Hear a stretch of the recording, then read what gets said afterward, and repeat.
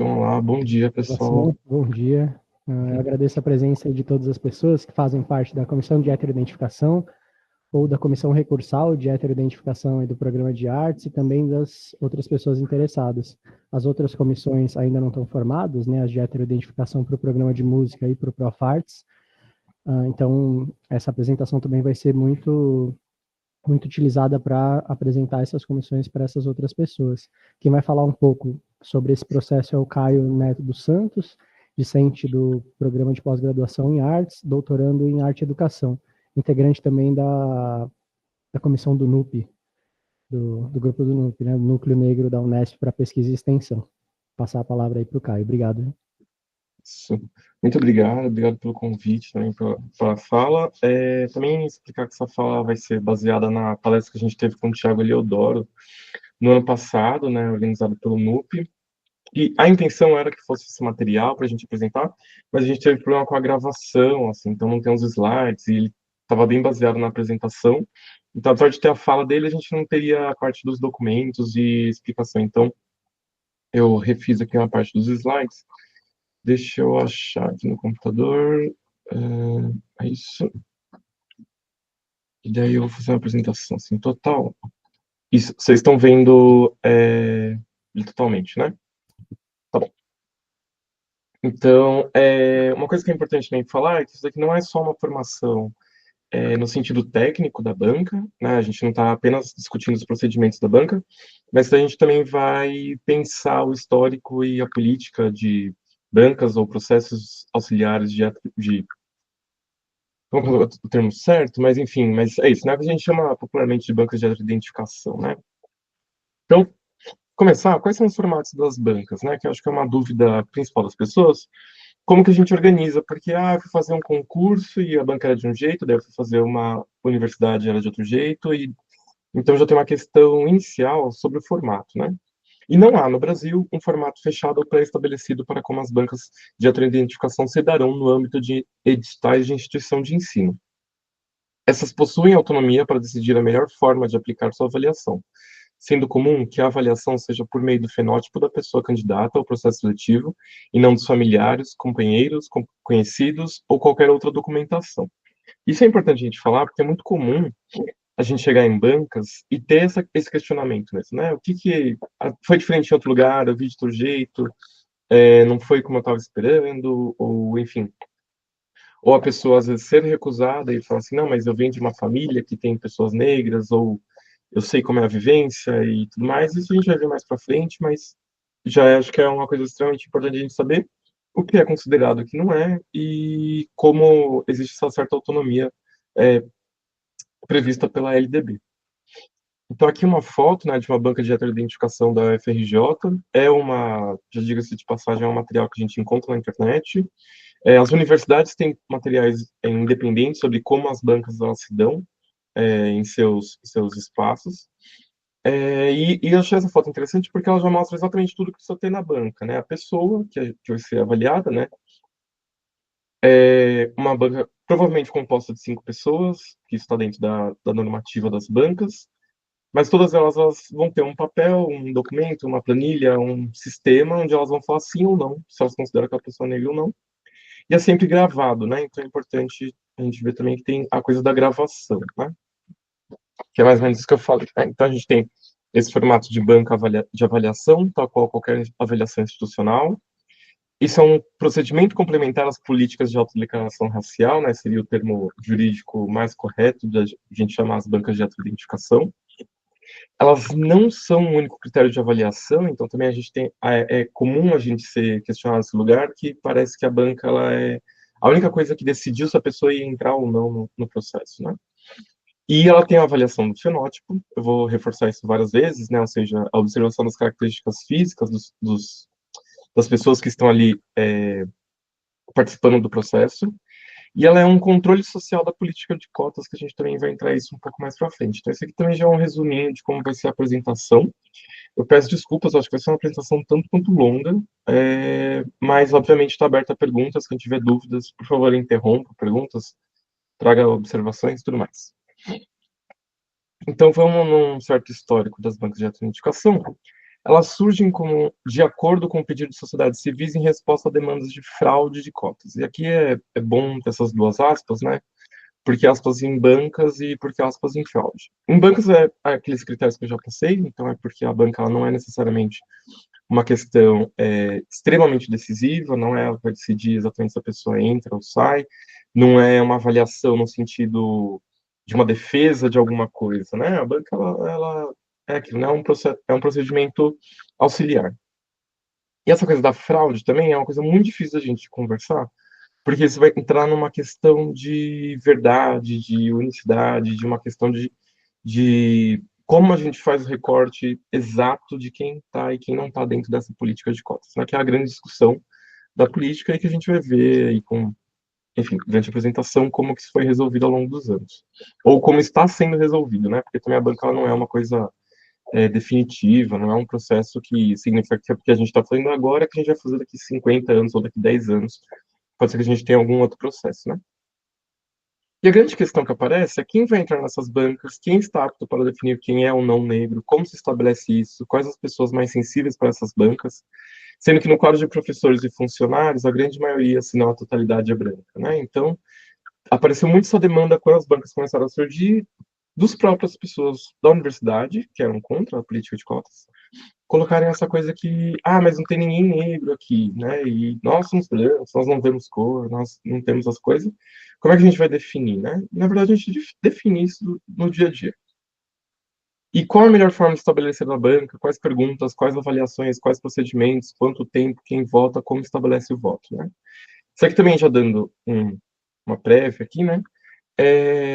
A banca ela realmente é formada por essas 5 pessoas, com suplentes, né, titulares e suplentes.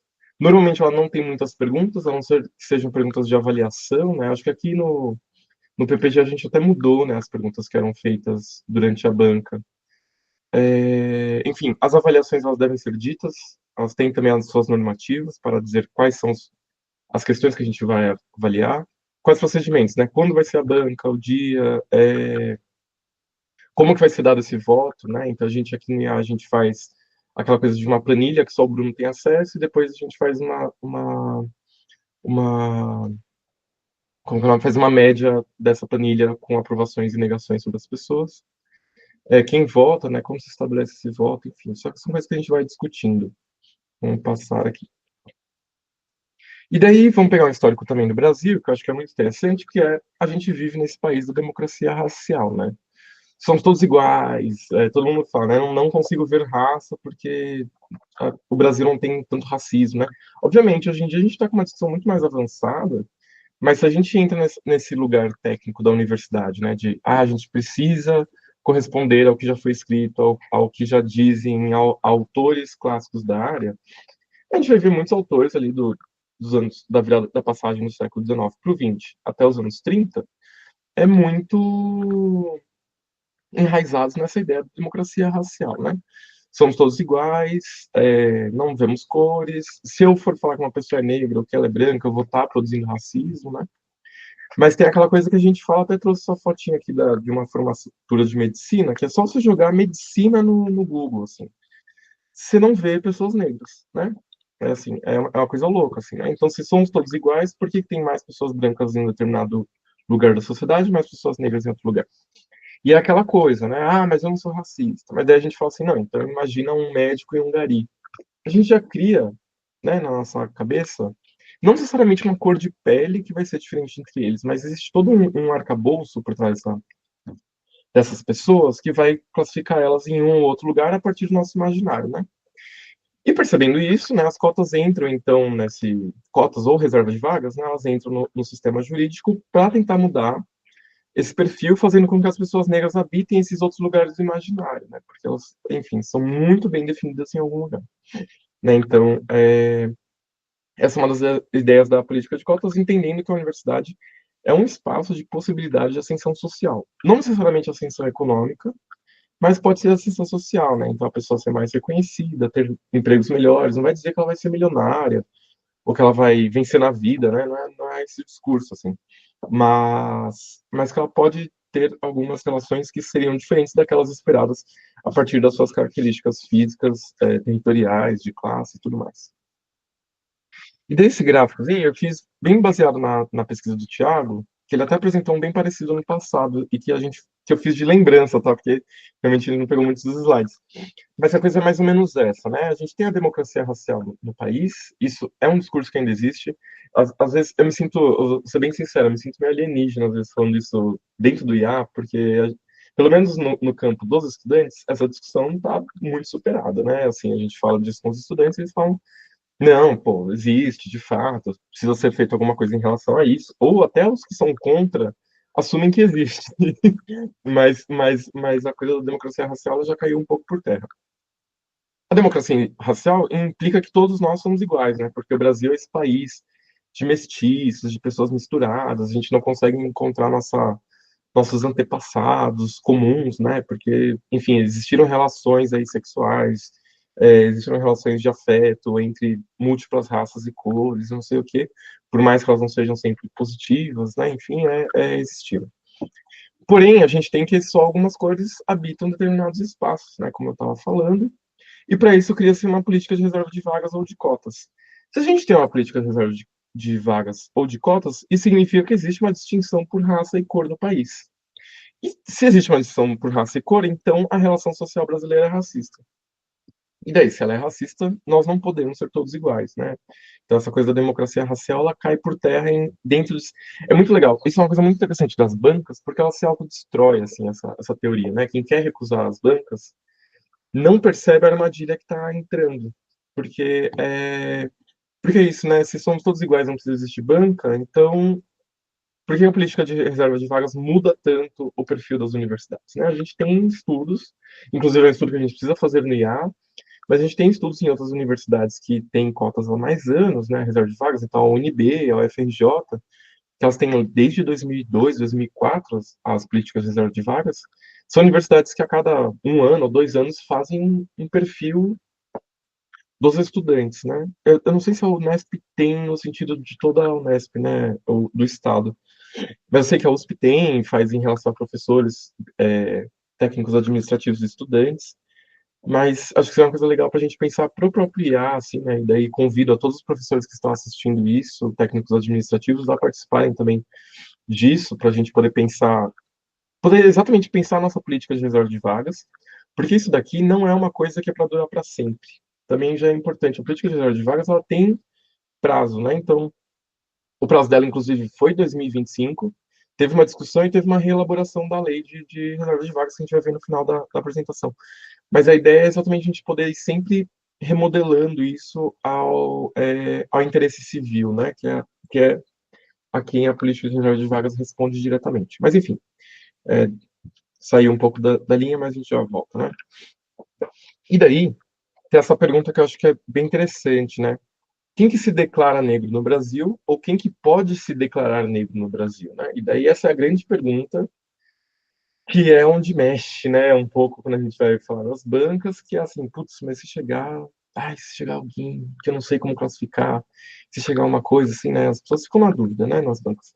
Mas a grande questão é que quem pode se declarar negro no Brasil ou quem que se declara negro no Brasil é qualquer um, né? A autodeclaração, ela é um direito histórico que deve ser defendido, mas ele é uma resposta à população racista e colonial do país, pois o povo identifica como algo que pode ser positivado, a própria identidade, né? Então, existe uma resposta à política à política de autodeclaração, que é o seguinte, né? A gente tem um país com um histórico racista, colonial, super dominador, assim, né?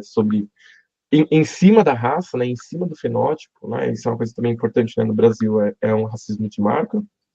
É, E é muito interessante a gente ver agora, né, numa história de 400, 500 anos de segregação racial, as pessoas verem a identidade como algo positivo, né? Essa identidade que antes era vista como algo negativo, se tornou algo positivo. Então, existe uma coisa que é a defesa pela autodeclaração, que é super importante nesses termos jurídicos e civis, né? Obviamente vai ter toda uma discussão filosófica também que atravessa aqui, que é o quanto que isso também não pode ser limitador, o quanto que isso não cria outros tipos de imaginário que não necessariamente são positivos.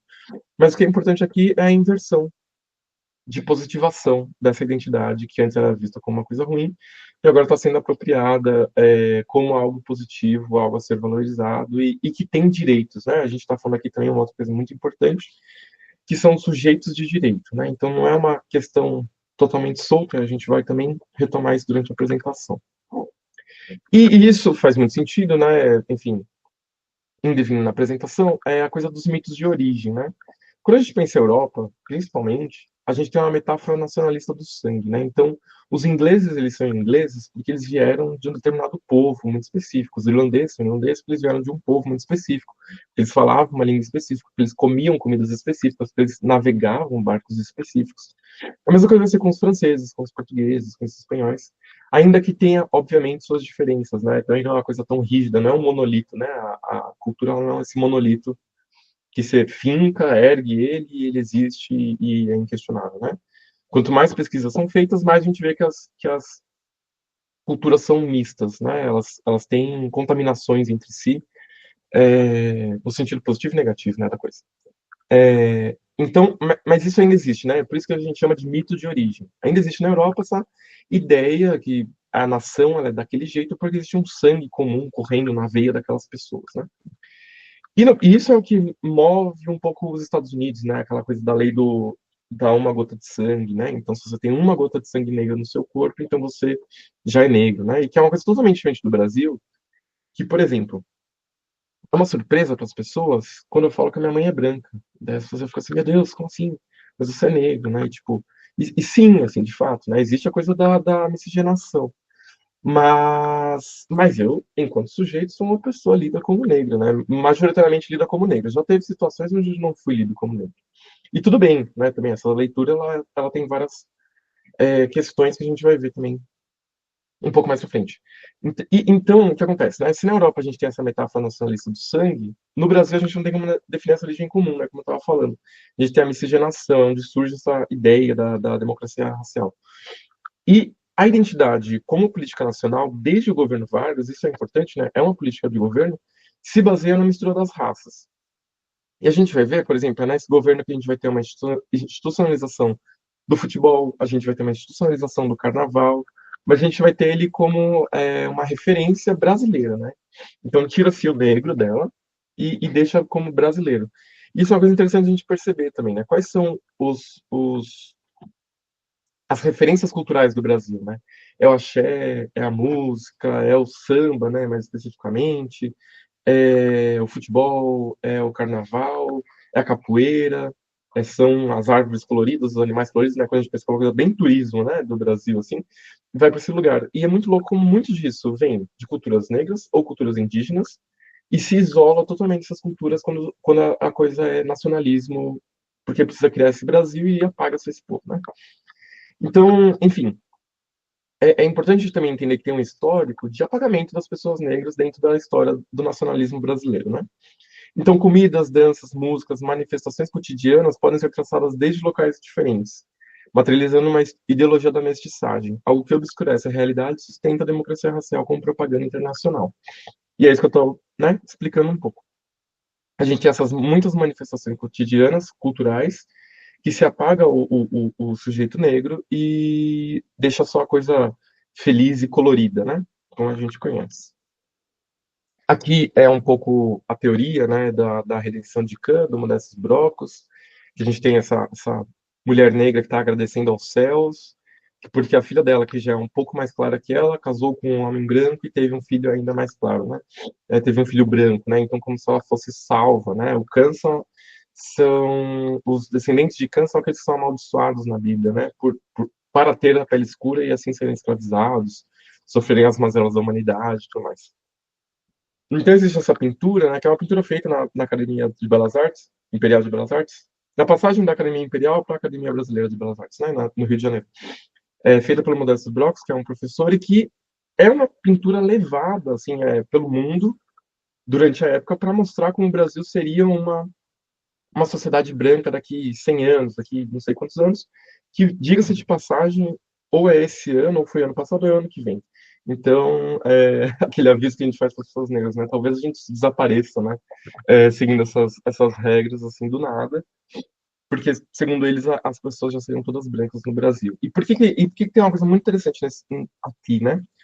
Porque enquanto todos esses países, essas grandes nações europeias, elas podem se basear no passado, o Brasil não pode se basear no passado, porque ele entende que o seu passado ele é mestiço. Então, a promessa de branquitude do Brasil, ela não pode ser aos moldes de outras promessas de branquitude supremacistas brancas, né, que existem no mundo, que é nós vamos recuperar o passado do nosso país, né, nós vamos tirar os imigrantes, nós não vamos mais nos casar com essas pessoas, a situação de cores e religiões diferentes serão expulsas.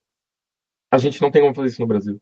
Então, a aposta do Brasil é no futuro, né? Então, o supremacismo branco do Brasil, ele aposta no futuro porque ele sempre perde no passado, diferente das nações europeias. O que diz passagem é onde também está a disputa das bancas de heteroidentificação, né? É que essa disputa do futuro, ela já está acontecendo nesse momento. E isso aparece, né, de forma que a gente às vezes nem percebe, né? Então tem essa coisa da matemática da raça e do IBGE que a gente vai ver, né? Então, não sei se vocês fizeram isso na escola. Eu lembro de ter tido isso, nem em qualquer disciplina vai fazer isso. A gente aprende a calcular as raças das pessoas. Então, quais são as somas que geram tipos de fenótipos, né? E acabam definindo essas pessoas, né? Então, a gente sabe que uma mameluca é uma mestiça de branco com a índia, né? Então, tem uma coisa. O mulato é o filho de negra com branco. O pardo é o filho da mulata com pai branco. Então, você começa a criar aquela coisa da árvore genealógica, só que a partir de cor. E a gente vai ver isso sendo muito defendido até muito recentemente, né? Enfim, tinha um verbete do Brasil Escola que o Thiago trouxe ano passado, né? Que ensinava a fazer isso. E era isso, o Brasil Escola, um site que qualquer pessoa pode, sei lá, a galera que estava estudando para o Enem 2 semanas atrás podia entrar lá e ver isso daqui como matéria escolar. Eu fui procurar, não existe mais essa matéria. Quer dizer, o, o, a matéria do Brasil Escola existe, mas não existe mais esse trecho aqui sobre essa diferenciação de cores e desse cálculo, né? E qual que é o grande problema desse cálculo? É que se só os primeiros, né, só a origem, né? Então, filho de negra com branco. Aqui a gente ainda tem a negro e o branco definido. Mas depois já era o mulato. A partir do mulato, e daí o mulato vai tendo esses outros cruzamentos, por assim dizer, né? Numa lógica bem biologizante, bem animalesca da coisa, a gente vai ter um problema que negros e brancos deixam de existir, e daí a gente não tem mais quem sofre, quem pratica o racismo. Então, isso aqui é uma reelaboração, em algum nível, da democracia racial, né? E isso aparece, inclusive, nas artes, né? Então, a gente tem esse trabalho da Adriana Varejão junto com a Lilian Schwartz, que chama Povo de Cores Infinitas, que, diga-se de passagem, eu acho muito interessante a pesquisa sobre as cores. Eu acho, num sentido formalista, né, de buscar as cores que as pessoas se identificavam, porque tem aquela coisa, né, antes de... Isso daqui já é uma resposta, né, voltando no slide, isso aqui já é uma resposta às pessoas não saberem se definir. Então, tinha aquela coisa assim, cor de... Putz, como é que era, assim? Chocolate, cor de canela, né? As pessoas elas vêm encontrando cores do cotidiano delas para se autodefinir, mas no negro, branco e tudo mais. E o que a Adriana Varejão e a Lilian Schwartz fazem é criar essas tintas, né? Mas existe um problema aqui, que é a artista pegar isso e pintar no próprio rosto, né? Como se fosse, e que ressalta essa coisa do tipo, todas essas cores do Brasil, eu também sou todas essas cores do Brasil, né? E quando a gente olha para ela, a gente nunca diria que a Adriana Varejão não é outra coisa senão branca, né? E a gente corre aquele risco de, não, mas ela é brasileira, se ela for para a Europa, ela vai ser lida como uma pessoa latina ou como uma pessoa negra. Sim, de fato. Se ela for para a Europa, ela pode ser lida assim. Então, na banca de identificação da Europa, ela vai se declarar dessa forma, né? No Brasil, ela está sendo lida como branca. Então, acho que é essa coisa de como a gente localiza, né? E que eu acho essa pintura, esse trabalho dela muito emblemático, porque eu acho que para nossa área, é um lugar onde essa coisa de somos todos, todas as cores, se torna uma coisa onde ela, como pessoa branca, se sente à vontade para exprimir isso na pintura, né? Inclusive, foi até um bafafá na época, né? Ela saiu como capa daqueles histórias mestiças do MASP, daí a galera questionou, e daí por isso que o MASP até hoje tem o ciclo de histórias, né? Histórias afro-atlânticas, histórias indígenas, tudo mais, é quase como uma resposta ao que rolou nessa exposição, né? Enfim, retomando um pouco a questão histórica, né? Então, na segunda metade do século XX, o MNU, Movimento Negro Unificado, e tinha mais um outro, a Frente Negra, vou lembrar, depois eu coloco aqui, vai adentrar as universidades e produzir pesquisas por conta própria para comprovar cientificamente que pretos e pardos estavam muito mais próximos dos índices sociais de acesso, seja acesso político, educação, economia, trabalho, moradia, entre outros, né? Nesse sentido, percebe-se que o pardo está mais próximo do preto do que o branco, e que mesmo com os outros atravessamentos, né, identidade de gênero, sexualidade, origem e classe, a raça ainda é o operador mais presente na sociedade brasileira, e nas definições que a gente encontra por aí. E daí o que é importante a gente pensar aqui também, e daí é uma parte também militante a se pensar no IA.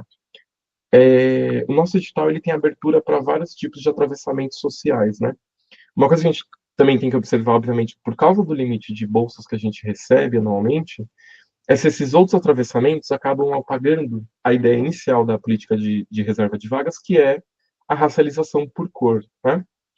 Então, isso acho que já aconteceu um pouco nos últimos anos, a ser pensado, quanto assim, né, como pensar esse peso, né? E eu vou deixar aqui pensando que não é esse o assunto da nossa discussão, mas como pensar o peso desses atravessamentos para a hora da entrada desses estudantes e para a definição das bolsas, né, como políticas afirmativas, né, pensando que a reserva de vagas ela nunca é uma política isolada, mas como que a gente também não acaba, às vezes, tendo várias classificações e dessas muitas classificações, a gente percebe que essas pessoas de outras classificações, por serem brancas, elas têm mais produção do que as pessoas negras.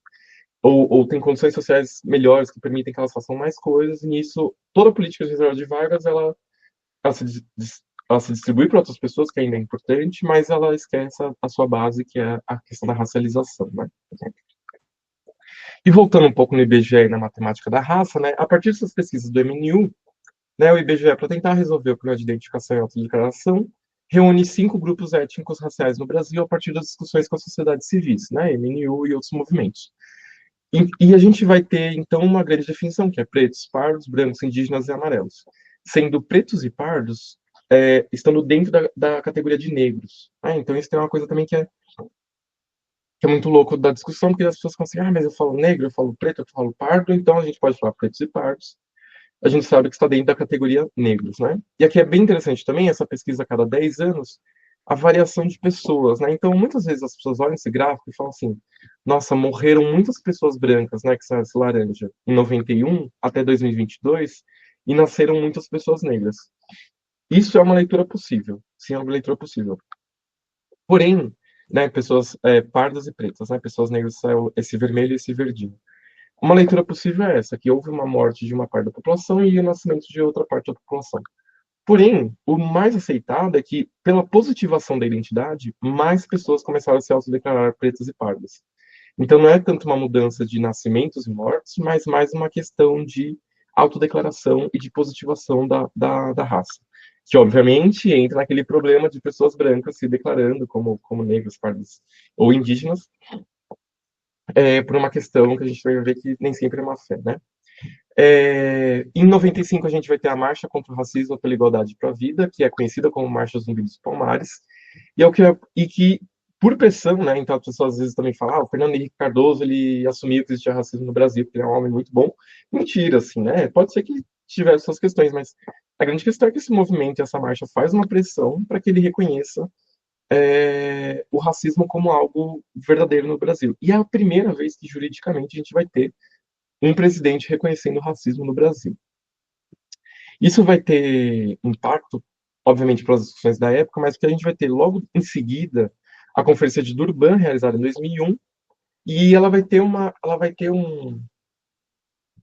no final dela, né, na ata final dela, vai ter uma obrigação de que os países devem ter políticas concretas políticas afirmativas concretas, né, para lidar com a questão do colonialismo e do racismo em seus territórios. O Brasil vai ter a maior comissão dessa conferência e vai ser signatário das decisões que são tomadas lá.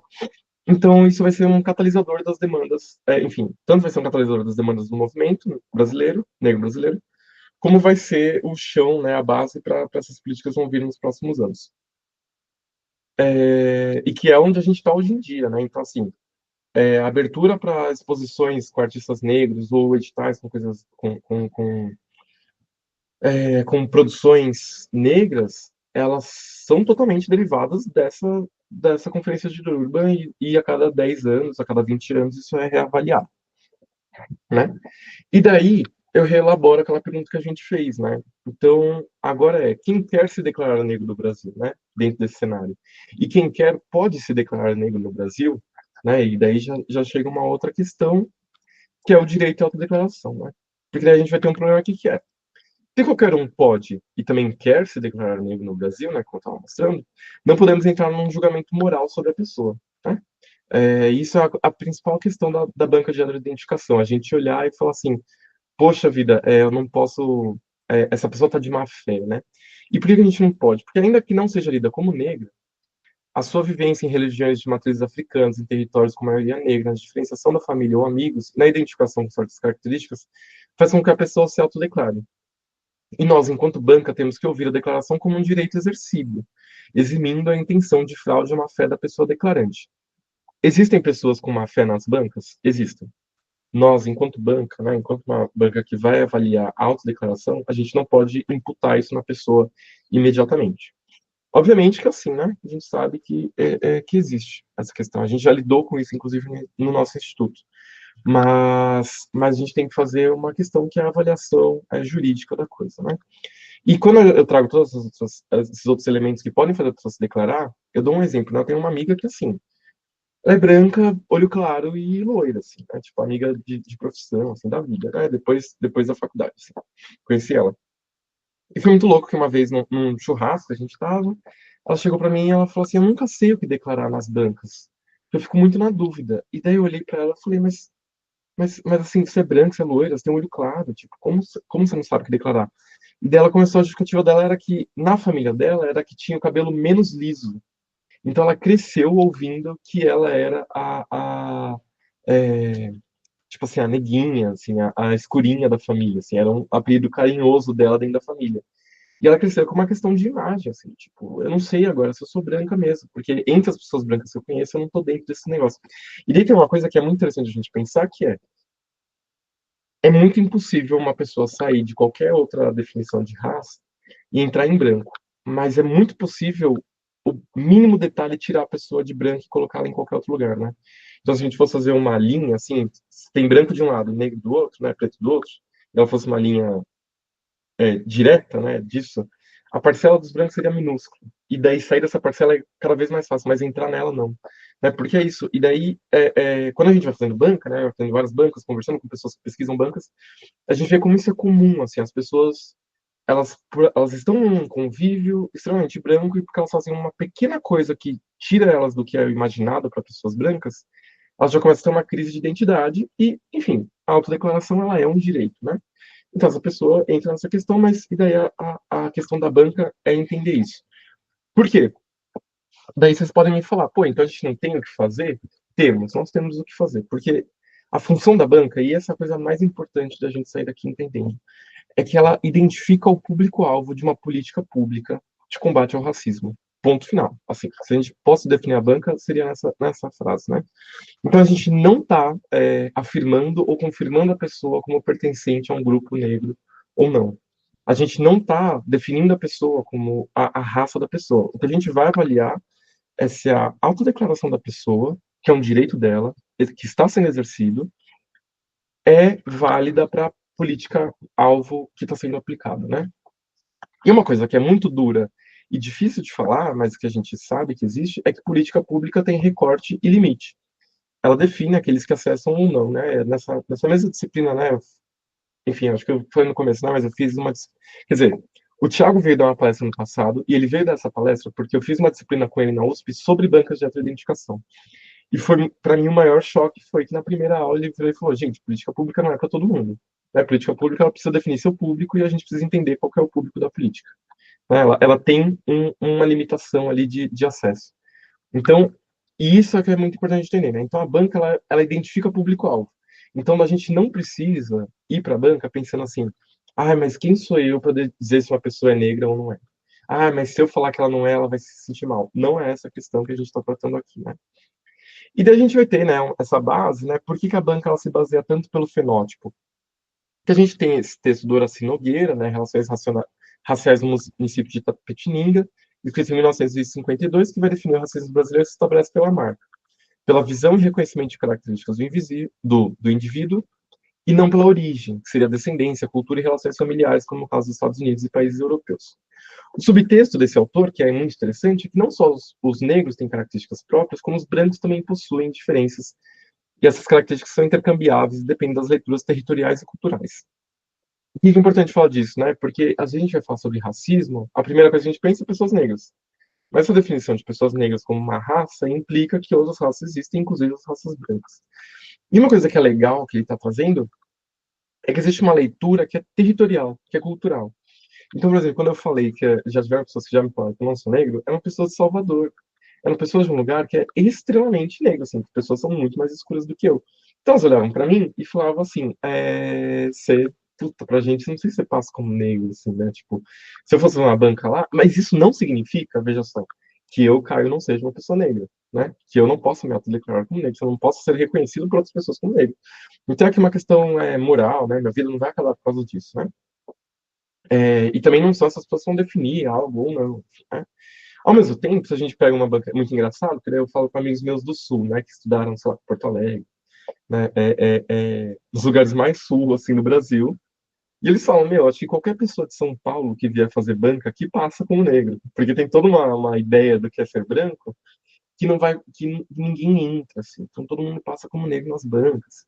Então existe uma questão territorial nessa avaliação, que é onde volta para cá, né?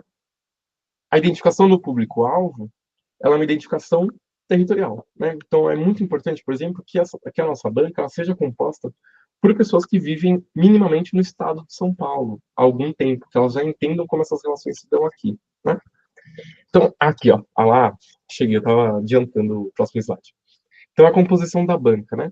A partir da ideia de Horaci do racismo, de marca e das diversas leituras possíveis, recomenda-se que a banca seja composta por pessoas de gênero, sexualidades, cores, classes e idades diferentes, porém que tenham uma territorialidade comum, de forma que a leitura vai indicar se a política é válida para o território de aplicação, né? Indicar se a política de reserva de vagas é válida para o território de aplicação da avaliação que está rolando a banca, né? Uma vez que o racismo não vai ser apenas pela imagem da pessoa em si, como uma relação dela com outras pessoas, com o território e espaço onde se encontra. Essa é uma leitura feita muito rápida e de forma automática no Brasil, sendo que no cotidiano não há dúvida da leitura racial, né? Em algum nível, o poder está na subjetividade, na atenção, no recurso simbólico oferecido ou negado. Isso falando porque a gente também está numa universidade de educação, né? Que tem um programa de educação, né? E a gente percebe, quando a gente pega os estudos sobre racismo em sala de aula, como às vezes esse racismo não é necessariamente falar que um aluno é negro, que um aluno é branco, que ele vai ser inferior ao outro. Mas é na atenção, por exemplo, que ele recebe dentro da sala de aula de um professor que vai olhar e já vai falar assim, mas ele é negro. Por isso que ele não está indo tão bem, porque ele já vem de um lugar diferente, né, não tem a mesma cultura. Enfim, isso a gente reproduz também. E a gente reproduz por causa disso, porque a gente vive num país racista. E tipo, não dá pra gente falar assim, não, eu não vejo... A gente faz isso, né? É por isso que eu coloco que tá na subjetividade isso, né? E até esse exemplo é do Thiago, né? Ele sempre traz, eu acho ele muito bom, né? O policial não para a viatura e pergunta se a pessoa é negra, né? Nenhum policial vai perguntar e falar assim, você é negro? E daí a pessoa vai falar, putz, no IBGE do ano passado eu me declarei como negro. Ele fala, então eu vou te enquadrar. Não tem isso, né? Tipo, essa leitura é muito rápida, né? Assim como não tem uma tabela dentro da viatura com a quantidade de características raciais definidoras de negros e brancos, né? Então o policial também não fica assim, ele tem nariz largo, mas o cabelo dele é meio liso. Então não sei se ele é negro, né? Pode ser que ele não seja. Ele tem tal coisa, então ele deve ser de tal. Não faz isso, a gente faz isso automático, né? Então quando a gente entra no ônibus ou no metrô, nós imaginamos onde as pessoas vão descer dependendo do trajeto que aquele transporte faz, ou sabemos, sem perceber, se tem mais negros ou brancos ali conosco. Então, isso também é uma coisa, é um exercício que a gente faz sem querer. Né? A gente entra no IA mesmo, a gente entra no IA. A gente sabe quem são os profissionais brancos e negros. Isso significa que a gente é racista? Significa que a gente está tratando diferente eles? Não, não é uma questão disso, né? É uma questão de. Como que. Se diz, o racismo ele é gestáltico, né? Essa ideia assim do contraste, ele se dá no contraste, né? A gente vê pessoas, a gente vê a cor das pessoas, a gente classifica elas desse jeito subjetivamente, né? Isso tá ali, isso é uma coisa que a gente não pode negar, né? Não é, eu duvido muito que a gente consiga escapar dessa lógica. E exatamente porque essa lógica está nesse nível mais subjetivo da coisa que a gente faz a banca de identificação com pessoas diferentes. Porque a leitura, a nossa leitura, então, veja só, daí vocês vão falar assim, então quer dizer que você está querendo que a gente seja racista na banca. Não, não é essa a questão também, né? A questão é que a gente vai fazer uma banca de leitura imediata.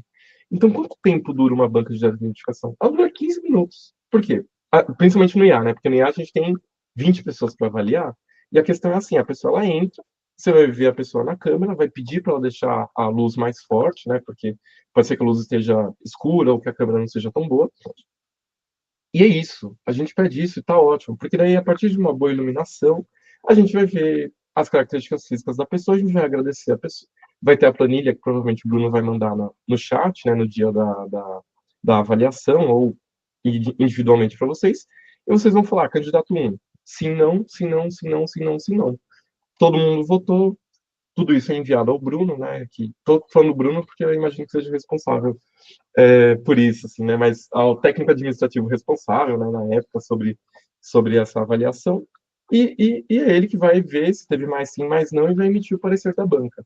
Ponto, acabou, né? Então não tem uma coisa assim também de conversa, né? Porque senão a gente vai estar fazendo isso daqui, né? Se a gente para a cada candidato e fala assim, e aí, gente, vocês acham que é negro ou que não é negro? Ou se a gente fica com aqueles comentários tipo, esse sem dúvida nenhuma, ou esse eu fiquei na dúvida. Não tem essa. E existe, putz, eu não coloquei isso no slide, então eu vou falar porque é importante. Na dúvida, a pessoa é negra. Você classifica ela como negra. Se você tem dúvida, você coloca sim, ela é negra. Porque se ela fosse branca, a gente não teria dúvida. Se ela fosse negra, a gente não teria dúvida.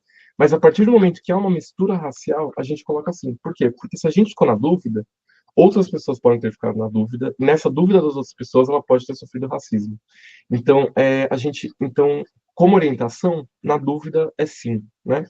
Obviamente que a gente tem liberdade para fazer isso, mas a ideia é que isso seja mais fácil, né? Eu estou falando isso porque a gente está pensando em uma banca para o PPI, ou uma banca PPI para o PPG, né, aqui do IA, muito específico. 30 pessoas no máximo, assim, nessa avaliação. É muito diferente de uma avaliação de graduação, né? Então, o Thiago mesmo falou que ele ia dar a avaliação da graduação da UFMG. São 2, 3 dias de banca, 8 horas por dia, porque são 500, 600 alunos. E daí entram 5 alunos no auditório, onde rola essa avaliação. E então é candidato 1, 2, 3, 4, 5. Você vai ter lá no seu computador 1, 2, 3, 4, 5. Daí você fala sim ou não, clica. 2, sim ou não, clica. 3, sim ou não, clica em qual você acha. Acabou esses 5, sai e entram mais 5.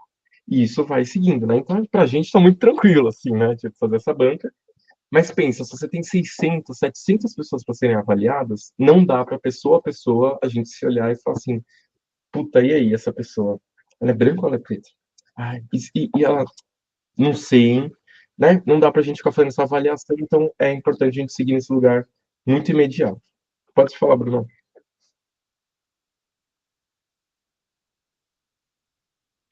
Então, sobre esse ponto, até ia comentar com o pessoal que há um tempo atrás a gente fazia essa avaliação em grupo, isso há alguns anos, acho que no primeiro ano que eu estava aqui na pós, e o Caio mesmo, acho que foi o Caio, não lembro se foi o Caio ou se foi o Thaís, que comentou que não deveria ser dessa forma, porque uma pessoa acaba influenciando a outra também. Dando um exemplo, se há uma votação em uma das pessoas e o Caio fala antes, ou a Thaís fala antes, ambos do NUP, ambos estão muito mais ligados ao tema, se eu estou achando que não e eles falam sim, eu posso mudar enfim, a minha resposta. Algo assim, isso acontecia, né? Sim, de fato, a gente não pode negar que isso influencia, e não só ter a coisa do tipo, pode ter alguém da banca que é reconhecido como detentor desse saber de classificação, que é perigoso, como pode ter uma outra situação que a banca é colocada em 5 pessoas para não ter empate, né? Daí 2 votam branca, 2 votam negra. O que essa pessoa que sobrou, o que ela vai votar, né? Isso gera uma situação péssima, assim, né? Então, por isso que a gente faz esse voto, bater o olho, você classifica. E tem uma coisa que, assim, quanto mais bancos você vai participando, mais você vai vendo também qual que é a sua forma de ler as pessoas como negras e brancas, porque isso vai variar. Então, eu vi, por exemplo, que para mim, me dava muita dúvida em relação ao cabelo. Eu comecei a pegar umas pessoas em banca que era assim, eu juraria que aquela pessoa era negra, mas ela tinha um cabelo liso natural, e daí me dava um negócio tipo assim, nossa, eu não sei como classificar. Daí eu precisava retomar. Falava, não, na dúvida é negra. Puf, marcava com negra. Daí chegava uma outra pessoa que às vezes era muito branca, né? Pele muito clara, às vezes até olho claro, mas o cabelo era black power, assim. Daí dava de novo esse lugar do tipo, putz, o que eu vou classificar? Obviamente vai de lugar para lugar, vai de banca para banca, vai de avaliação para avaliação, vai de dia para dia, né? Então também tem uma coisa que é importante, a gente tirar a culpa da banca, né? A gente tirar a nossa culpa de, putz, e se eu classifiquei errado? não tem o classificar errado, porque o racismo ele se dá no cotidiano, ele se dá no dia a dia, ele se dá na relação, ele se dá com o espaço, ele se dá com a nossa própria percepção, que ela é variada, não tem uma resposta imediata. Por isso que eu falo, a banca ela não é efetiva no sentido de que ela é o melhor avaliação e ela vai durar milhões de anos. A gente vai ter que reavaliar ela em algum momento, como a gente já faz anualmente, né? Existem congressos pelo Brasil sobre bancas de identificação exclusivamente, né? Enfim, opa, perdi aqui o meu. Aí, bom. E daí a gente tem então essa avaliação, né? E daí aquele gráfico que eu mostrei, ele vai ter essa problemática, né? Então a gente tem o discurso da democracia racial, que é compartilhado em algum nível por todos nós. Quando a gente fala assim, eu não sei definir quem é negro, quem é branco, então não me sinto bem para fazer essa banca. Se a gente fala isso, a gente está concordando com essa ideia de que somos todos iguais. Mesmo assim, apenas algumas cores habitam nos determinados espaços. Daí a gente mesmo vai falar, não, então precisa de uma reserva de vagas. Mas se precisa de uma reserva de vagas, a gente tá formalizando que isso daqui é real, né? Que a gente imagina um gari e um médico em lugares diferentes, em pessoas diferentes e tudo mais.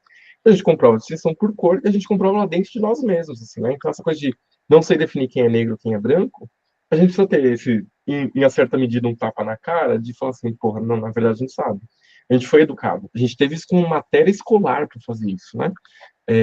Aquela coisa da matemática das raças, né? Isso foi matéria escolar. Então, é uma coisa que não está fora da gente, né? Isso que não seja matéria escolar é uma coisa que a gente vê no dia a dia. E vai, né? Obviamente, né? Essa temática das cotas raciais, ela é muito problemática, né? Então eu joguei no Google ontem essa coisa eu tava assim pesquisando, falei assim, deixa eu ver notícias sobre bancas, né? E a gente começa a encontrar essas coisas, são advogados, por exemplo, especializados em bancas de autoidentificação. E por que eu estou dando essa formação? Porque é muito capaz que esses advogados entrem em contato com a gente, dependendo de quem a gente recusa na banca. Então a gente precisa saber que existe o MNU, a gente precisa saber o que é a democracia racial, a gente precisa entender qual que é o problema da democracia racial, a gente precisa entender essas questões, porque são esses argumentos que esses advogados usam para impugnar uma banca ou a decisão de uma banca, né? Ser contra uma banca. E é por isso que eu falei lá no começo que essa apresentação ela não é só na questão procedimental, né? Mas ela é também para a gente entender o histórico e as normativas da banca, tá? Enfim, aqui tem uma outra, né, que é da Folha de 2007. O UNB rejeita um gêmeo e aceita outro nas cotas, né? Então aqui é a foto dos dois gêmeos. Enfim, aqui também é uma coisa importante, tá? A foto dessa menina não é uma foto da advogada, né? É outra advogada, mas que articula a foto de uma pessoa negra para defender essa tese dele de que a banca é uma coisa que não deveria ser válida, enfim, né? E aqui na UNB, e a gente até traz com esse grifo, né? A matéria de capa da Veja dessa edição era a foto deles dois com o título Raça Não Existe. O que de fato seria maravilhoso se fosse verdade, assim, né? Tipo, adoraria que fosse verdade, adoraria que o argumento fosse bom, né? Mas o argumento da Folha em todas as partes onde isso foi tentado, né, definir as pessoas por raça, mesmo com as mais sólidas justificativas, deu em desastre. Os piores são as loucuras nazistas e as do apartheid na África do Sul. Então, olha que maluquice, né? Para onde que a discussão da banca leva? As pessoas compararem uma política de reparação racial histórica no país com o apartheid da África, né? Que é totalmente o oposto disso, né? Então, ou com o próprio nazismo, né? Então é simplesmente maluco quando as pessoas começam a elaborar suas argumentações sobre como a banca deve existir, o que ela deve fazer, vai para lugares, enfim, um pouco surpreendentes. Denise, eu vi aqui, desculpa, que você fez uma pergunta, né, às 11h20, e o meu chat estava travado lá em cima, agora que eu vi aqui mais embaixo. Sim, na UFMG é presencial. Na maior parte das universidades é presencial. A gente faz a questão online porque a gente tem pessoas do Brasil inteiro prestando o nosso concurso, né? Então tem essa coisa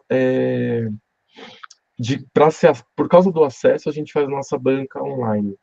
Porque senão a gente teria que ter essas pessoas presencialmente aqui, e são as pessoas mais vulnerabilizadas, né, economicamente, para fazer essa viagem só para fazer a banca, né? Então, a maior parte das bancas de heteroidentificação são presenciais.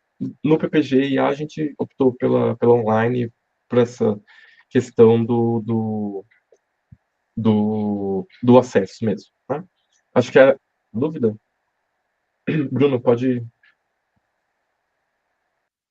Eu coloquei na sequência só como é feito aqui, que é o que justamente o que você comentou, mas eu tinha uma outra questão. Como a quantidade de inscritos tem aumentado e a quantidade de pessoas que estão passando para essa etapa também tem aumentado, eu queria saber se há um entendimento sobre outro tipo de processo de heteroidentificação que pode ser realizado aqui no IA também.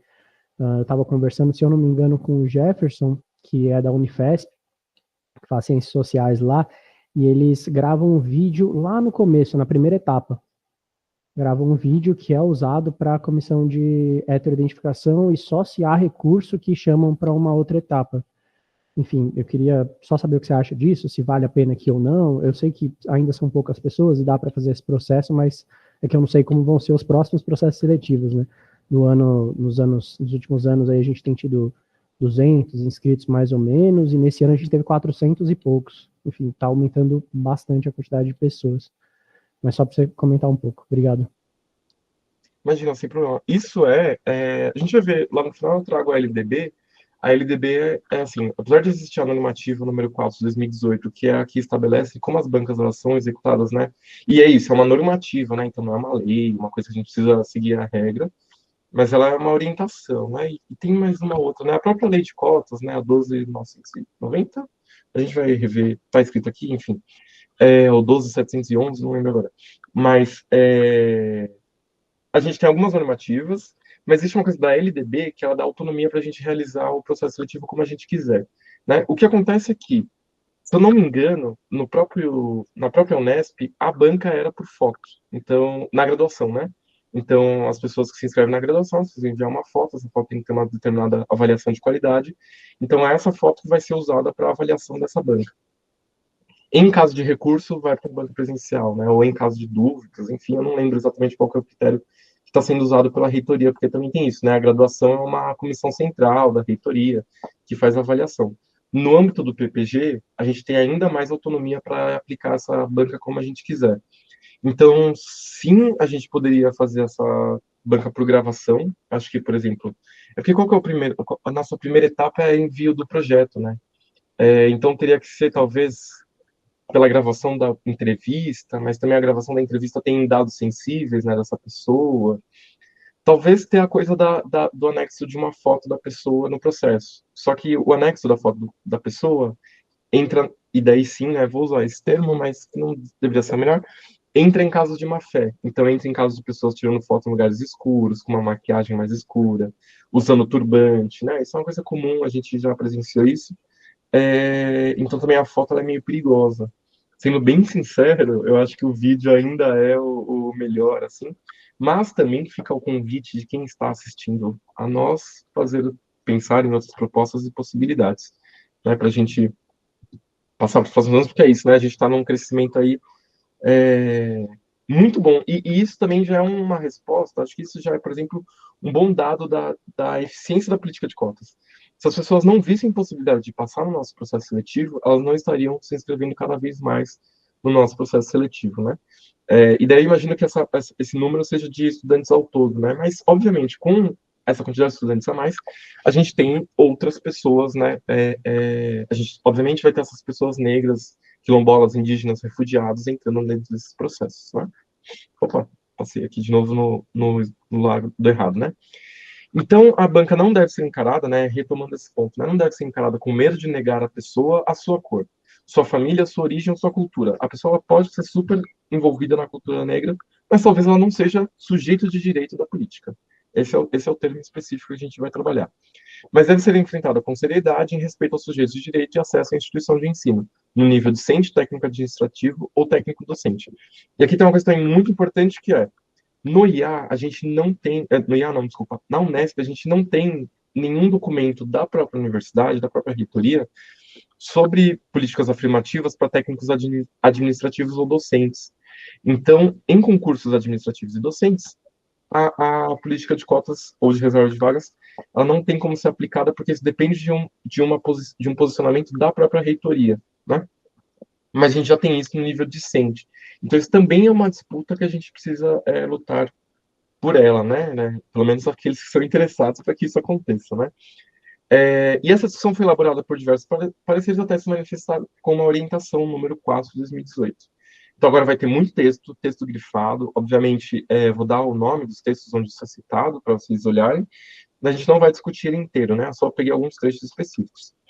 Então aqui, né, o parecer 00776 de 2015, né? Então ele já é um parecer discutindo essas políticas que vai falar que a cor do indivíduo, definição raça, cor negra, branca, amarela, decorre de elementos fenotípicos.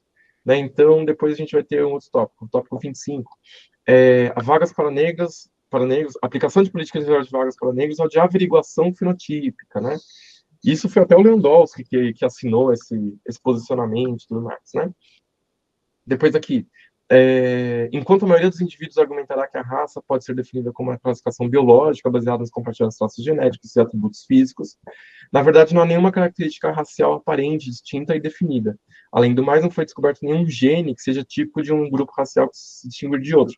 E aqui também já é um parecer sobre as pessoas serem classificadas como mais ou menos aptas, né? Não é mais uma questão de identidade racial, né? Então, tudo isso foi discutido nessas muitas documentações, né?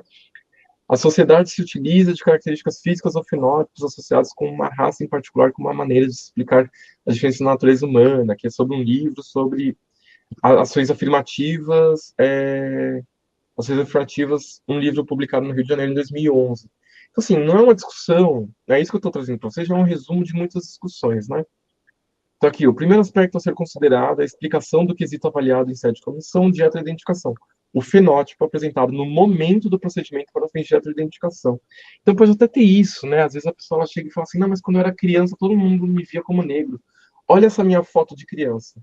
E às vezes a pessoa cresceu, a textura do cabelo dela mudou, o tom de pele mudou e talvez a leitura social mudou ao ponto de que ela não é mais reconhecida como negra. Ou que agora ela é, né? Então também tem isso, né? Pessoas que podem mudar ao longo da vida. Obviamente, não é uma coisa que a gente vê todo dia, né? Mas são casos que podem ser encarados por nós, né? Então aqui, né, uma outra questão. Por essa razão, há que se afastar a ideia de necessidade de adoção de três ordens de critério comumente aventados como desejáveis para a atuação de comissões de identificações. Então isso aqui já é uma negação, né? Uma coisa que não tem que ter. A saber, medidas biométricas, então tinha essa coisa também. As pessoas falam assim, como é que a gente vai avaliar na banca?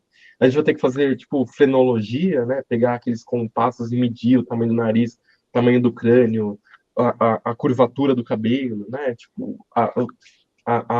o comprimento dos dedos das mãos, né? Essas coisas que eram usadas para classificar as pessoas como negras e potencialmente perigosas no passado, né? A investigação de antecedentes antropológicos, culturais e ou biográficos que denotem a presença do candidato à raça negra. Então é isso, né? Se a pessoa que está prestando, então muitas vezes a pessoa vai falar assim, não, mas é minha mãe, meu pai é negro. Daí a gente fala, não, então sua mãe e seu pai podem fazer o processo e passar como negros.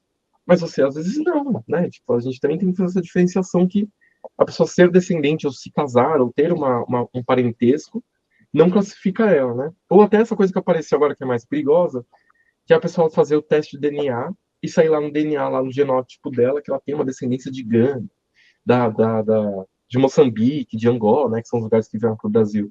Também não vai definir, porque pode ser que ela seja uma pessoa lida como branca aqui, né, no Brasil. E daí as bancas de identificação no Brasil, que eu falei, né, a gente vai ter a Lei 12.990, olha só, que é a lei de cotas, que é a última lei de cotas em vigor, tá? O que acontece? Nesse ano especificamente, 2025, como eu falei, teve uma reavaliação. Essa avaliação é a cada 10 anos, né? Então a gente tem a lei de 2014, depois uma lei de 2025 dessa reavaliação, que é a nova lei de cotas, Lei 15.142, 2025. Então, inicialmente reservava 20% em concursos públicos para candidatos negros, pretos e pardos, e agora reserva 30% para pretos, pardos, quilombolas e indígenas. O que daí vocês vão falar assim, então a gente precisa rever o nosso edital do IA. Não precisamos, o nosso edital do IA já está de acordo com a nova lei, o que é muito bom. Então a nossa banca, e daí vocês vão falar assim, nossa, então a nossa banca precisa então avaliar quilombolas e indígenas. Mas, Caio, você só falou de negros, pessoas pretas e pardas. Calma, nós veremos como isso acontece, como a gente também já está dentro das normativas da nova lei. A gente vai ter a portaria normativa número 4 de 2018. Essa é a mais importante para quem quer saber como se estabelece uma banca de autoidentificação, porque ela vai regulamentar o procedimento de autoidentificação complementar à autodeclaração dos candidatos negros em concursos públicos federais. É um documento-chave que orienta a criação e funcionamento das comissões. E é um documento de 4 páginas, super curto de ser lido, Se eu apresentasse só ele, seria mais rápido do que toda essa apresentação que eu fiz. Então, eu recomendo que vocês vão atrás desse documento para ver. Eu vou passar algumas partes importantes dele também. E a gente tem a Lei 9.394, que é a LDB, né, de 96, que os processos seletivos em instituições de ensino superior e técnico baseiam-se em suas próprias resoluções internas, que é aquilo que eu estava falando, né, para o Bruno, que é o melhor formato para a gente é o que a gente encontrar, né? Então, assim, não tem uma coisa, a gente não precisa também seguir a portaria, porque é uma portaria normativa. Então, ela estabelece uma norma, mas ela não é uma obrigação seguir desse jeito, né? Obviamente tem algumas coisas ali que já estão super bem definidas, né? E uma coisa muito interessante, nessa LBB que eu encontrei, ela ainda faz citação à lei de 2012 de cotas, né? Então a gente tem a lei de 2012, que é substituída pela de 2000, por isso que é a 12.711, é substituída pela 12.990 e é substituída agora pela 15.142, né, de 2025, vai ser a lei que a gente vai seguir agora para pensar políticas públicas, né? Então o que é legal da portaria número 4, que é essa que eu falei, né? Então, parágrafo primeiro, a comissão de autenticação será constituída por cidadãos. E daí vai definir lá, né? Tipo, que não esteja, que esteja legalmente em exercício no país, enfim, que seja brasileiro, que seja reconhecido, mas enfim. Uma coisa importante, né? Eles são preferencialmente experientes na temática, então, e como é que a gente chega nessa preferencialmente experiência? A partir dessa formação que a gente está tendo hoje.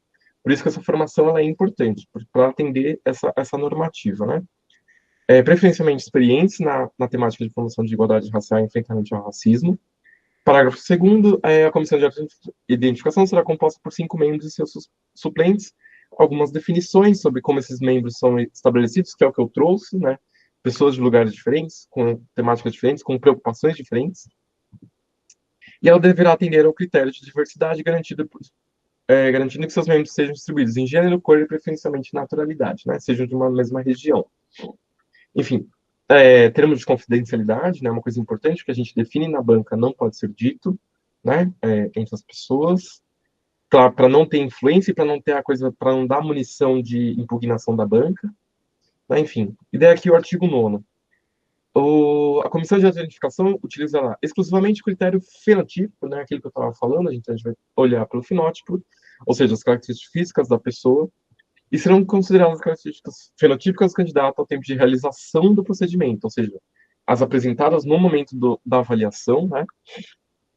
E não serão consideradas quaisquer registros ou documentos pretéritos eventualmente apresentados. Então, é aquilo que eu estava falando. A pessoa vai para Porto Alegre, faz uma banca lá de heteroidentificação, passa na banca de heteroidentificação. Daí ela vai para Salvador, ou ela vai para Fortaleza, e daí ela fala assim: eu passei lá em Porto Alegre, ó, eu sou negro lá em Porto Alegre, você tem que me aprovar aqui. Não tem essa. E isso aconteceu, agora teve um caso num processo de Recife, assim, num processo de seleção da Federal de Pernambuco. Enfim, mas especificamente o campus de Recife, que teve que a pessoa ela apresentou exatamente essa justificativa. Ela falou assim: olha, eu fiz outro processo seletivo de professor de docente, onde eu passei como pessoa negra. Por que aqui vocês não me reconhecem? E a resposta foi, tal qual eu estou apresentando aqui, foi porque em Recife você não é sujeito de direito dessa política pública. Pode ser que em outro lugar você fosse, mas aqui a gente não te considerou como apto para esse lugar. E daí, por que também que é importante ter essa diferenciação? Porque, obviamente, diferenciação de pessoas da banca. Porque, obviamente, a gente está pensando assim, ter pessoas variadas, mas existe um movimento também que é muito problemático no Brasil, que é um certo conservadorismo negro de quem é negro de verdade, né? E que daí começa a criar uma super categorização onde fica super rígido não conseguir para as pessoas passarem na banca. Então a ideia também é segurar um certo movimento negro que possa ser conservador a sua autodefinição, porque isso existe, isso acontece, tá?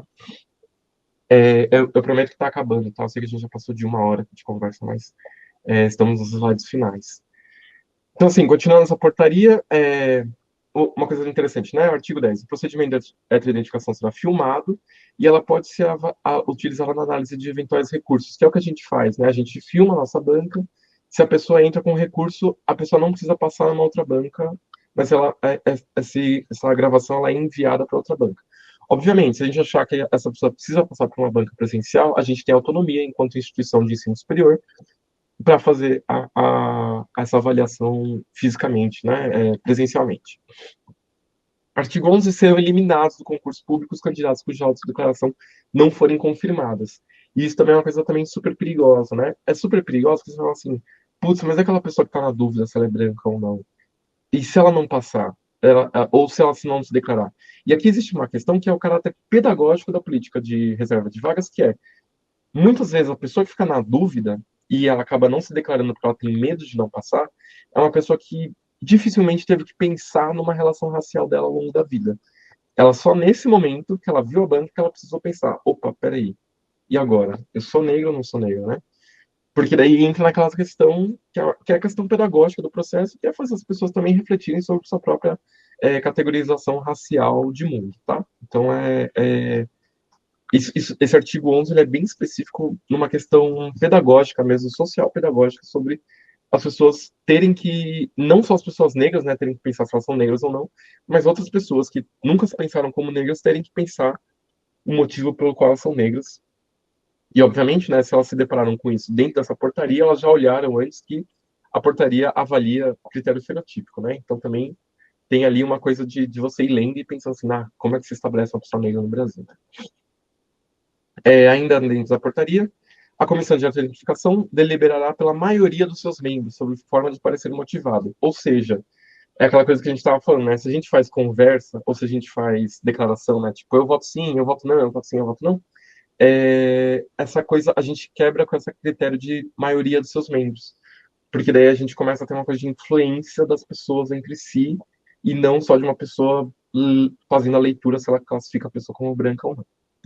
E a deliberação terão validade apenas para o concurso público para o qual foi designada, que é também importante para a gente, enquanto banca, saber que se chegar alguém e falar assim, não, mas eu fui lida como negra em tal lugar, a gente tem que parar a pessoa na hora e falar assim, mas existe uma portaria, artigo 14, parágrafo 1º, que então naquele concurso você é negra, mas no nosso talvez você não seja, né? Enfim, opa. E a gente vai ter, então, agora, essa normativa ela vai ser reelaborada, né, 27 de junho de 2025, e daí é muito interessante porque ela está correspondendo à nova lei de cotas, né, a lei, que eu já esqueci o número, 15.142. Né? E o que essa nova normativa ela estabelece? As mesmas coisas que a gente viu até agora, né, da portaria número 4, mas essa normativa ela vai trazer a disciplina de aplicação de reserva de vagas para pessoas negras, indígenas e quilombolas no âmbito da administração pública federal e dispõe sobre a classificação em caso de inclusão em múltiplas hipóteses de reserva de vagas. E daí é muito interessante aqui porque o que acontece? A gente poderia ler ela inteira, mas artigo 35, o procedimento de verificação documental complementar será realizado por comissão constituída de pessoas de notório saber na área, composta majoritariamente por indígenas, no caso de documentação indígena, quilombolas, no caso de documentação quilombola. Então, não existe uma banca para ver a pessoa e você falar assim, eu estou vendo que essa pessoa é indígena, eu estou vendo que essa pessoa é quilombola. Porque tem uma grande chance, na verdade, essas pessoas, se a gente for avaliar para o fenótipo, elas estarem nessa outra banca, que é a banca PPI, né? Pessoas pardas, pretas e indígenas, né? Então, a gente não vai. Então, o que acontece? A gente não precisa ficar preocupado por hora, né? Obviamente, essas leis normativas, elas podem surtir, elas podem sofrer alterações no decorrer do tempo, mas por hora a gente não precisa ficar preocupado com uma banca do mesmo molde para as pessoas indígenas e quilombolas, porque a avaliação ela é documental, tá? E na Unesp, enfim, né, um breve parecer aí da Unesp, a Comissão de Averiguação de Declaração de Pretos e Partos foi institucionalizada junto à demanda civil de averiguação de fraudes no sistema de cotas da graduação. Porém, teve um momento que ela era local e era só acionada em casos de denúncia de fraude, ou seja, era uma banca totalmente motivada, né? Ela não avaliava, então a entrada das pessoas na graduação era totalmente por autodeclaração, e em caso de fraude ou de denúncia, daí sim essa banca era montada e avaliada, né? E atualmente, a pós-graduação, né, aquilo que nos compete nesse momento, no Instituto de Artes, a comissão faz a averiguação e aprovação dos direitos das pessoas candidatas a ingressar em saltos declaradas pretas e pardas, né?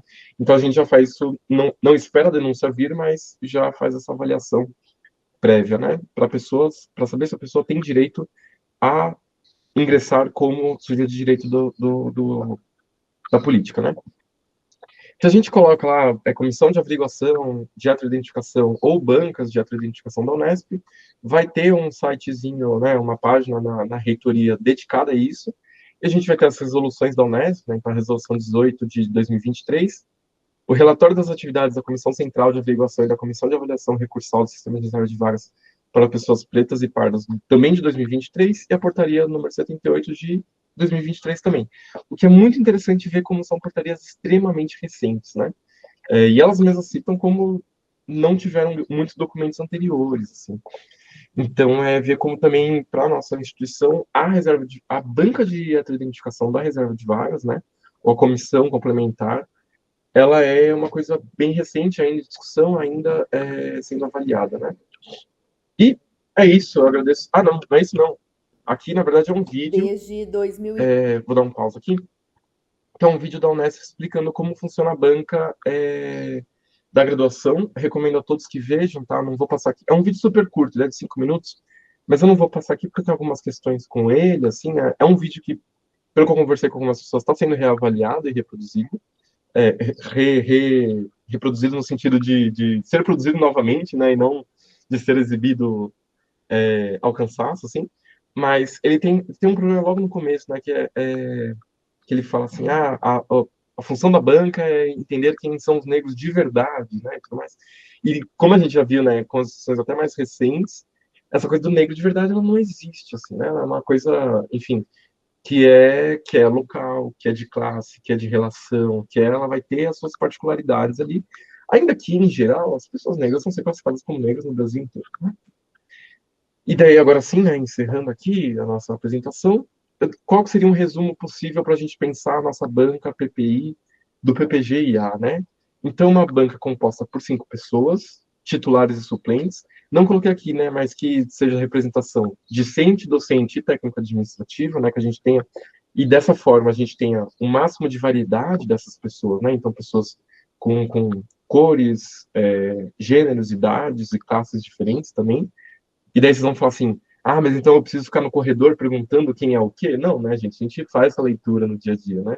É sobre isso que é essa apresentação de hoje, que a gente já faz essa leitura no dia a dia. Então, a gente, ao fazer esse convite ou a abrir essa banca, a gente já percebe essa diferenciação entre as pessoas, né? A realização via meeting, em espaço iluminado e gravado, né? Pensando nessa coisa do acesso que a gente tem das pessoas no nosso PPG, que não são só de São Paulo, principalmente de São Paulo capital, né? E que elas não precisam se deslocar só para isso, né? Então eu fico vendo até eu mesma pensando, né, no meu futuro, vou querer fazer concurso de professor. O concurso de professor, ele primeiro que a própria avaliação já é presencial, só que uma coisa é você ir para uma outra cidade, ficar ali 3, 4 dias para a prova da disciplina, né, que você precisa dar aula, enfim, ou para a prova de títulos, ou para entrevista, o que quer que seja.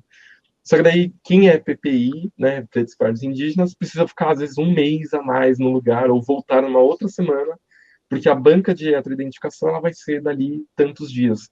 Então, a gente tentando mitigar, né, esse problema de fazer a pessoa ter que viajar mais de uma vez por alguma questão, a gente faz a realização via Meeting. Uma apresentação clara dos conceitos de avaliação, feito, e essa apresentação ela é feita pelo membro da banca, e a gente até tinha essa coisa, né, que falava que até é uma definição do STF, né? A classificação de pessoas negras vai ser por textura do cabelo, traços fenotípicos, cor de pele e tudo mais. Vou ser bem sincero, por respaldo de estudantes que passaram no nosso processo seletivo e atualmente são alunos, muitos deles comentaram que se sentiram, nesse momento, um pouco... Teve uma coisa meio incômoda ali, do tipo, putz, de novo estão classificando negros nesse lugar. Obviamente que a gente é amparado, enquanto banca, pelas definições do governo que define isso como pessoa negra, né? Então, fenótipos que seriam cabelo, traços faciais e cor de pele. Mas é meio ruim, né? Então, talvez a gente pensar nesse textinho... Eu nem lembro, Bruno, mas eu tenho uma leve sensação que ano passado a gente já mudou esse texto, né? A gente já teve essa alteração. Pode dizer. Eu ia comentar que eu não lembro se a gente fala sobre os traços fenotípicos, se a gente só abre e fala isso, essa é uma banca de heteroidentificação, o critério é fenotípico, e lembro que você pediu para alterar também, dentro desse roteiro que a gente falava sempre no início, trocar para evitar fraudes, para assegurar direitos. E isso é super importante. Acho que você comentou que alguns alunos que entraram também estavam se sentindo incomodados com isso, porque é como se eles tivessem já presunção de má-fé, né? A ideia, como você comentou na apresentação, é eximir a intenção de fraude à má-fé. Isso, perfeitamente. Então é isso, né? Nessa apresentação a gente tá já, assim, obviamente por aquela questão de autonomia que a gente tem da banca, dentro da IES, a gente vai ter essa coisa que é, então, apresentar e falar, olha, a nossa avaliação é por traços fenotípicos, ela é rápida, a gente só vai pedir que você esteja num lugar iluminado, e essa banca ela existe para garantir o direito dos sujeitos de direito da política de reserva de vagas. Diga, Silvana. Olá, bom dia. Eu acho que é mais um apontamento mesmo, porque eu lembro que numa das bancas que eu participei, a conexão de algum candidato, uma candidata, estava ruim e não deu muito bem para ter uma iluminação boa para a gente identificar pela questão fenotípica, né? E aí eu lembro que alguém entrou na rede social e a gente se baseou por lá. Acredito que isso também seja errado. Não sei. Como que a gente consegue definir a partir disso? Vamos dizer que talvez seja o não indicado, né? Fazer isso não é indicado, assim. Por mais que a gente também acabe fazendo isso, né? Isso já aconteceu mesmo em outras bancas, não é indicado que seja. O grande questão disso é, se essa pessoa vem a descobrir que isso aconteceu, ela pode impugnar toda a banca, porque daí a avaliação dela foi diferente das outras pessoas, né? O que é importante é que a avaliação de todas as pessoas seja a mesma, né? Então, se a gente está falando por meeting, por iluminação, por tudo mais, e talvez isso seja uma coisa até a avisar, Bruno, quando for marcar as bancas de autoidentificação, ou no futuro, né, técnico administrativo responsável por esse aviso, já avisar para as pessoas que elas encontrem um lugar com conexão de internet boa que permita, porque na ausência dessa iluminação, a gente não vai poder aprovar ela na banca de identificação. O que a gente pode fazer também é um parecer do tipo assim, putz, mas então a pessoa não vai ser aprovada na banca, ela vai ser recusada do sistema de seleção. O que a gente pode, talvez, é fazer um parecer do tipo assim, olha, você não foi avaliada pela banca de identificação, mas você não foi é, retirada do processo seletivo, como ocorreria com outras pessoas que foram recusadas na banca, seguindo a normativa, né? Aquilo que eu estava falando, né? Na normativa número 4 já tem essa coisa. A pessoa não foi aprovada, então ela é retirada do processo seletivo. Nesse caso, a gente poderia somente retirar ela do processo de avaliação, como se ela não tivesse conseguido estar presente no dia, né? Isso também são coisas importantes a gente pensar, que elas precisam estar no edital em algum nível, né? Ou enfim, avisadas e tudo mais, né? Então, continuando aqui esse resuminho, né? A avaliação ela tem que ser imediata da pessoa, né? Da pessoa candidata, né? Então a gente não vai ter as coisas de uma grande discussão de meia hora, né? Então, assim, a pessoa entrou, ligou a câmera, você mais ou menos sabe, assim, no pior das hipóteses vai ser assim, putz, a iluminação tá ruim, você consegue acender uma luz e tudo mais, né? Até aquela coisa de se aproximar da câmera, isso não precisa ser feito porque também é aquela coisa que eu dei o exemplo, né? Quando a gente entra no ônibus, a gente não fica, né, chegando perto das pessoas para ver se elas são negras ou brancas. Então, nesse momento, a gente também não precisa fazer isso, né? É imediato. E que se tivesse perguntas, né, que elas sejam de iluminação e não característica física. Iluminação, conexão e tudo mais, não característica física.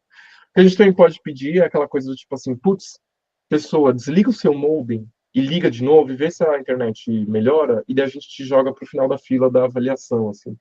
Acho que são coisas que a gente vai ter que lidar de acordo com a nossa particularidade, que é essa coisa do meeting online.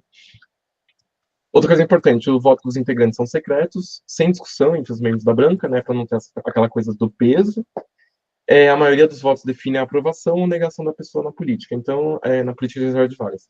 Então, o que acontece é isso, né? A pessoa teve 3 votos positivos, então ela é negra. Teve 3 votos negativos, ela não vai ser. Quer dizer, né? Já olha só o desvio da linguagem, né? Ela teve 3 votos positivos, ela é sujeito de direito.